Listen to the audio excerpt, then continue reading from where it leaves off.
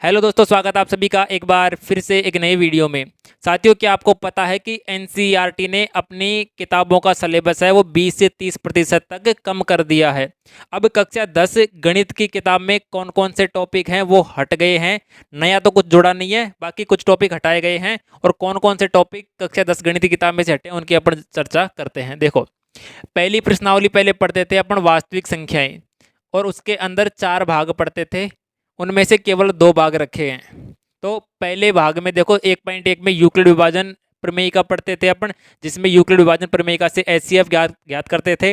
1.2 में अंक गणित की आधारभूत प्रमेय, जिसमें एचसीएफ एलसीएम गुणनखंड विधि से ज्ञात करते थे। 1.3 में अपरिमेय संख्याओं का पुनर्भ्रमण, जिसमें अपन सिद्ध कीजिए √2 एक अपरिमेय संख्या है, सिद्ध कीजिए √3 एक अपरिमेय संख्या है, इस प्रकार के सवाल करते थे। और 1.4 में परिमेय संख्याओं का दशमलव प्रसार, कि दशमलव प्रसार शांत होगा या अशांत आवर्ती, इस प्रकार के सवाल करते थे। इनमें से देखो, एक तो 1.1 को हटा दिया बिल्कुल ही, और 1.4 को हटा दिया।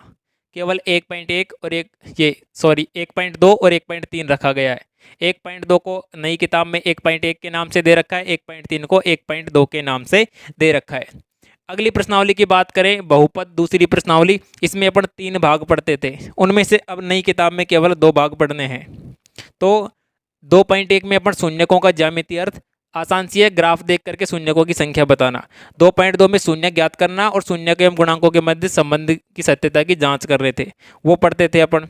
और 2.3 में विभाजन एल्गोरिदम बहुपदों का भाग पढ़ते थे, भागफल से शेषफल ज्ञात करना। ठीक है, तो अब इनमें से 2.3 प्रश्नावली को कंप्लीट हटा दिया है, और 2.1 को नई किताब में वही 2.1 के नाम से दे रखा है, 2.2 को 2.2 के नाम से दे रखा है। ठीक है, अब सबसे ज़्यादा अच्छी खबर है तीसरी प्रश्नावली के लिए, क्योंकि एक बहुत बड़ी प्रश्नावली थी, इसमें 6 भाग दे रखे थे, लेकिन नई किताब में अपन को केवल 3 भाग देखने को मिलेंगे।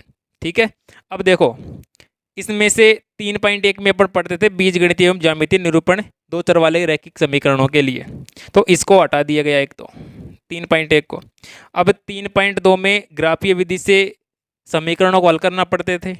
3.3 में प्रतिस्थापन विधि से हल करना पड़ते थे। 3.4 में विलोपन विधि से, तो इनको रखा गया है। बाकी 3.5 को हटा दिया, वज्रगुणन विधि, और 3.6 इसको भी हटा दिया। तो ये 3 प्रश्नावली हटाई गई है, ये भी अजीब सी प्रश्नावली।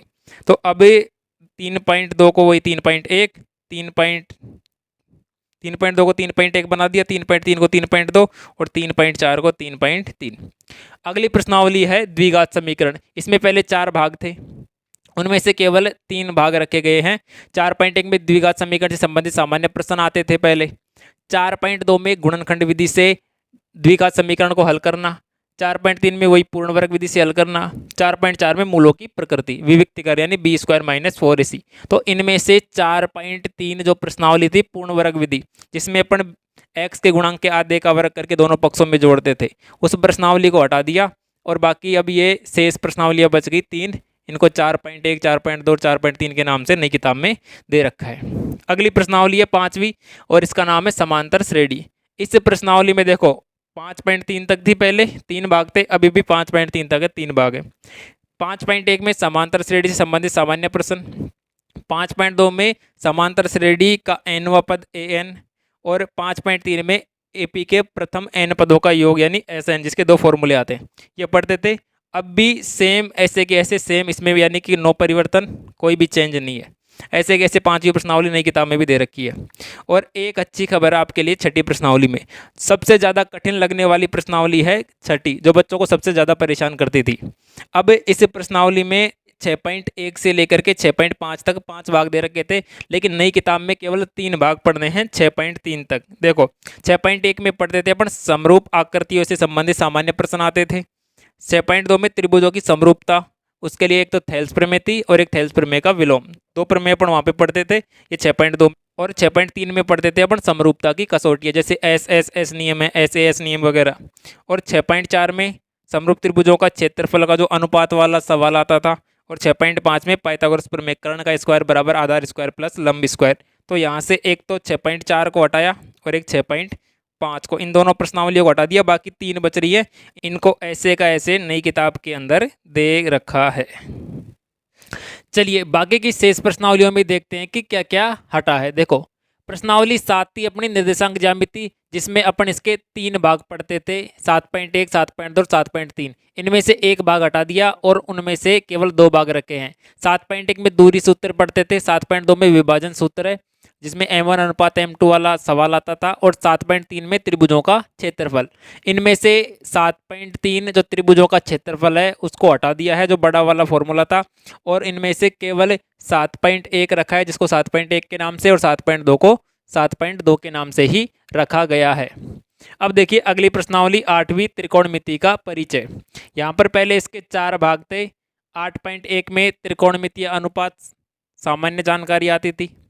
8.2 में विशिष्ट कोणों के त्रिकोणमितीय अनुपात है, 0 डिग्री 30 डिग्री यानी सारणी, त्रिकोणमितीय अनुपातों की जो सारणी बना के सवाल हल करते थे वो। यहाँ पर 8.3 में पूरक कोणों वाले फॉर्मूले आते हैं, sin 90 डिग्री माइनस थीटा बराबर cos थीटा।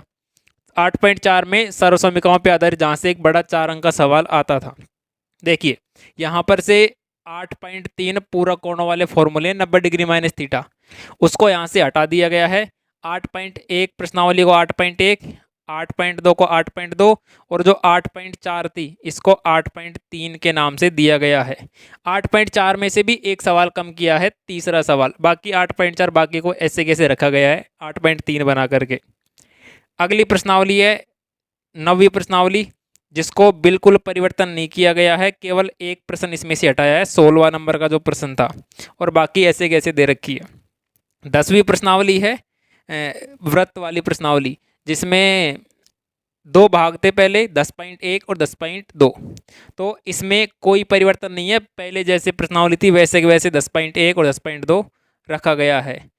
अगली प्रश्नावली जो 11वीं प्रश्नावली थी उसको कंप्लीटली हटा दिया गया है, यानी एक प्रश्नावली किताब से ही कम कर दी है। 11वीं प्रश्नावली है इसको बिल्कुल हटा दिया है, जिसमें अपन रेखाखंड का विभाजन करना पड़ते थे, समरूप त्रिभुजों की रचना और स्पर्श रेखाओं की रचना, ये रचना वाली प्रश्नावली कंप्लीट हटा दी गई है। अगली प्रश्नावली देखते हैं अपन 12वीं प्रश्नावली। 12वीं प्रश्नावली में अपन वृत्तों से संबंधित क्षेत्रफल पढ़ते थे, जहाँ पर 3 भाग थे पहले, एक तो 12.1, 12.2 और 12.3। इस प्रश्नावली में से भी एक भाग हटाया और केवल 2 भाग रखे हैं। 12वीं प्रश्नावली को 11वीं प्रश्नावली बना दी, क्योंकि 11वीं तो हट गई कंप्लीटली, और जो पहले 12वीं थी अब वो 11वीं प्रश्नावली के नाम से आएगी। तो अब देखो 12.1 में अपन पढ़ते थे वृत्त का परिमाप और क्षेत्रफल से संबंधित प्रश्न। 12.2 में वृत्तखंड का क्षेत्रफल और त्रिज्यखंड का क्षेत्रफल। 12.3 में क्या पढ़ते थे अपन, समतल आकृतियों के संयोजन से 2 आकृतियों को एक जगह जोड़ करके जो क्षेत्रफल ज्ञात करते थे, छायांकित भाग का क्षेत्रफल, वो पढ़ते थे। तो अब यहाँ से इन्होंने क्या किया है, ये जो संयोजन वाला था छायांकित भाग वाला, उसको हटा दिया। 12.1 को 11.1 के नाम से दिया है, और 12.2 को 11.2 के नाम से दे रखा है। अगली प्रश्नावली है 13वीं पृष्ठीय क्षेत्रफल एवं आयतन। ये एक बड़ी प्रश्नावली, और सबसे ज़्यादा दिक्कत यहाँ पे भी होती है।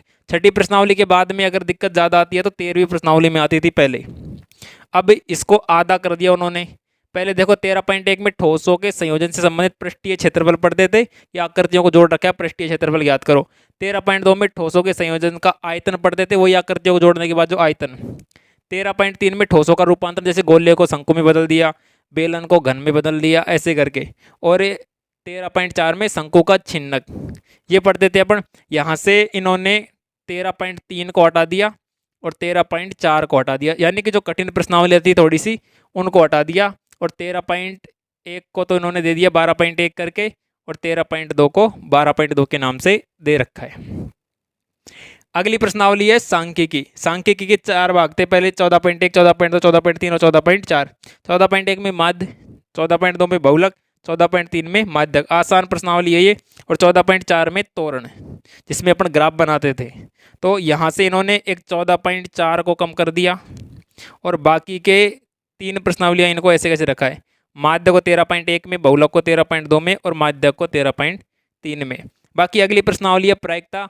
इसमें कोई परिवर्तन नहीं किया गया है, जैसे आसान सी प्रश्नावली थी पहले भी, और उसको ऐसे कैसे 14.1 करके दे रखा है।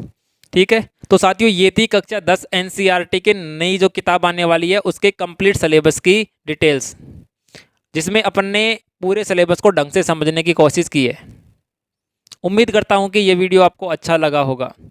अगर आपको यह वीडियो अच्छा लगा है तो इस वीडियो को लाइक ज़रूर कीजिए, और आप अगर हमारे चैनल पर नए हैं तो हमारे चैनल को सब्सक्राइब करके बेल नोटिफिकेशन को ऑन ज़रूर कर लीजिए। मिलते हैं अगले वीडियो में, तब तक के लिए जय हिंद जय भारत।